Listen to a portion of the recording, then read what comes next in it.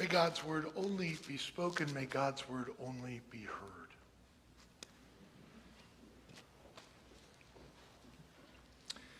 I went to high school in Albany, New York.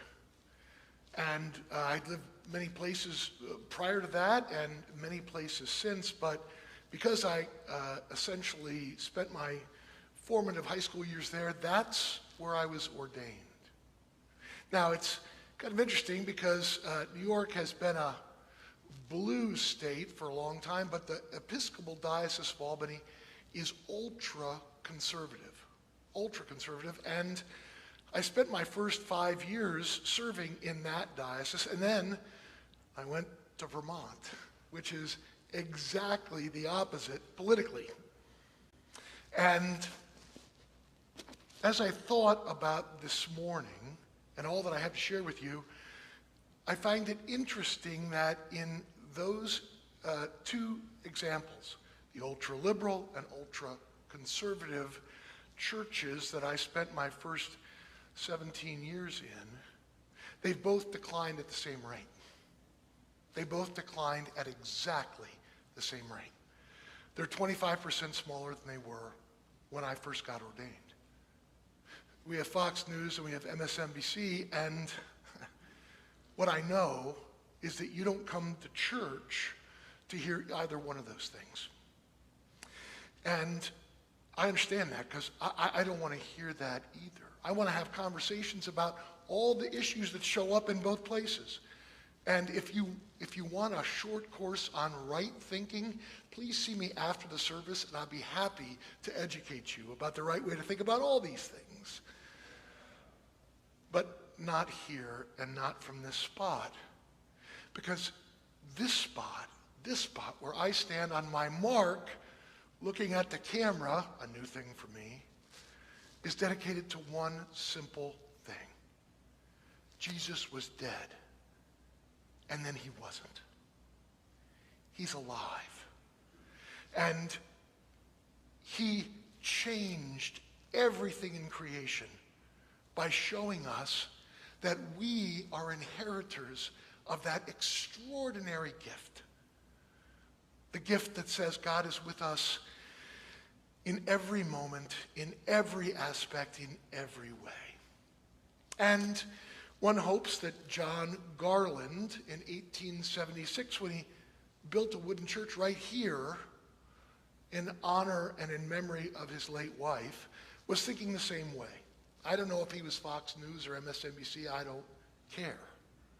What I care about is that in the midst of that loss, he built a memorial to the notion, to the reality, to the fact that Jesus rose from the dead. And some years later, he was put right next to his wife, right outside our doors.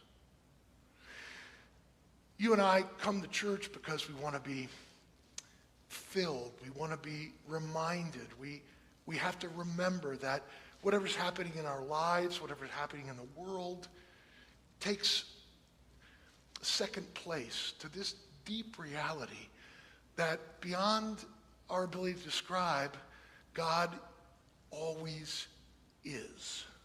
Always is. There's never been a time when God hasn't been. And we gather each Sunday in some form to remind ourselves of that. Every anthem the choir sings, every sermon the preacher preaches, every reading that our lectors read, every aspect of the altar guild and flower guild's work, all of the sexton's work during the week, making sure everything looks just right, is all supported by this reality that we are one in God. And therefore, when our earthly lives end, our lives will continue with God. That's why it's called good news. We have no need to fear what takes place in those moments when our earthly life is gone, because that's only one aspect of life in God. Life in God continues forever. But you know what? As I pointed out at the beginning of this, churches don't. Churches don't continue forever. Churches are just like every other earthly creature. They have beginnings and ends in many cases. And if they are not tended to, just like if we don't tend to our own earthly lives, they die.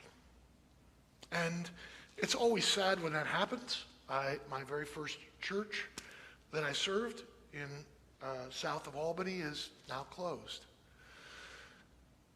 We have received this great grace of God's love and compassion and forgiveness in this place since 1876. And we face the same challenges that everybody else does. Our future is not guaranteed just because we're nice or right-thinking or polite people. We have to fight for this in the same way that we fight for our relationships. We have to invest in them. We have to work on them. We have to give them our very best efforts in order to continue to sustain them. And so, as a result of that, we've undertaken this bold capital campaign that you've heard about. This capital campaign that we are in the midst of is the instrument by which we are trying to secure our future here in this space with all of you and all those who are watching and all those who will watch and all those who will come when we can all gather. We need to invest in our life because this is important.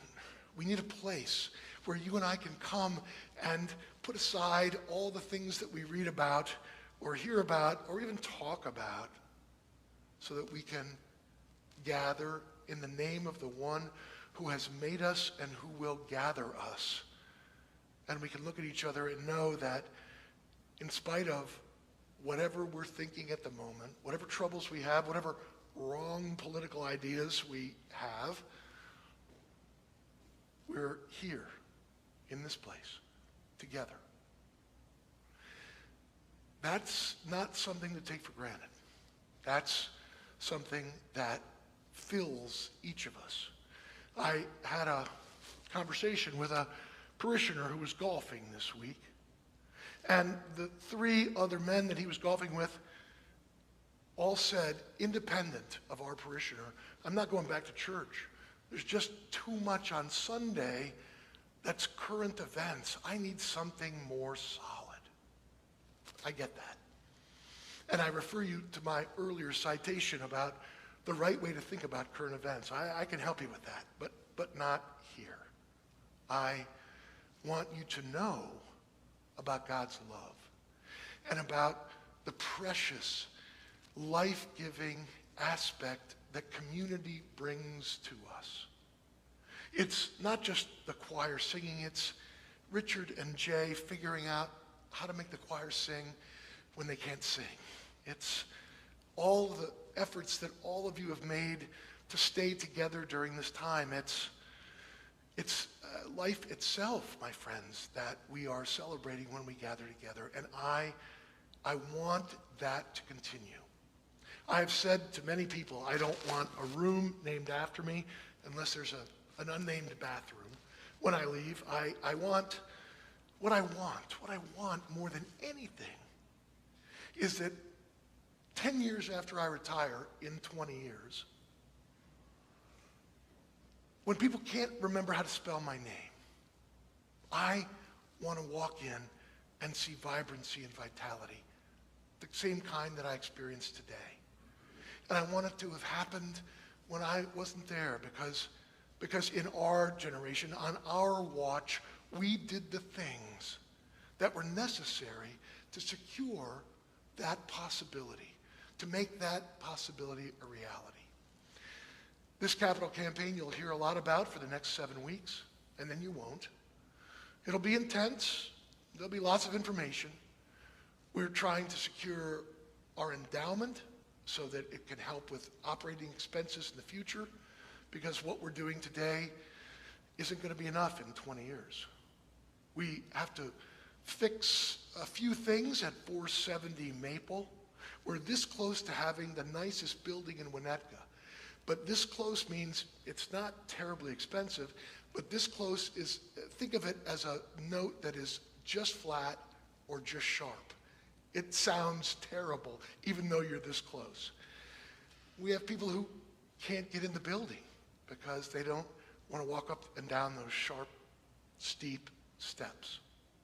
We also want to plant our flag in the ground for the benefit of other people who do not worship with us, but who have great needs in Chicago. And so the third leg of that stool that we have is to secure more outreach money so that we can do even more than we're doing today. Planning for our future, making our buildings available to anyone who wants to come in, giving money away to people who need it more than we do. These are things that churches should aspire to, and we're doing it. So our goal, of course, is to raise $5 million. That's $5 million. As Michael Myers said in the movie, $5 million. It's a big number. And as of this morning, we have raised $4.278 million already. We are on our way to, yes. We are almost at 4.3 in a $5 million campaign. Some of you haven't been solicited yet. You will be. Some of you who are sitting here have helped us get there. God bless you and thank you. This isn't about anything other than the fact that Jesus is alive and that we gather here to celebrate that in all of the different conversations we have. We can look at each other and be on opposite sides of an issue. We can think that the world needs X when somebody else says Y. That's fine. But we're here because of the love of God and because of the greatness of that compassion and the desire that we have to extend that to ourselves and to each other in the course of our common life. You'll hear about the details of this campaign coming up, but remember that we're doing this in Easter for a reason. This is the season of Easter and the season of Pentecost, the Spirit coming into us, and everything that we see here, we just cannot take for granted. There's no guarantee without our full participation that it will be here tomorrow and the next day and the next year and the next decade. What we're doing today, what we're doing in these next 7 weeks, is our best effort to make sure that others besides ourselves get to hear the saving word from Jesus himself.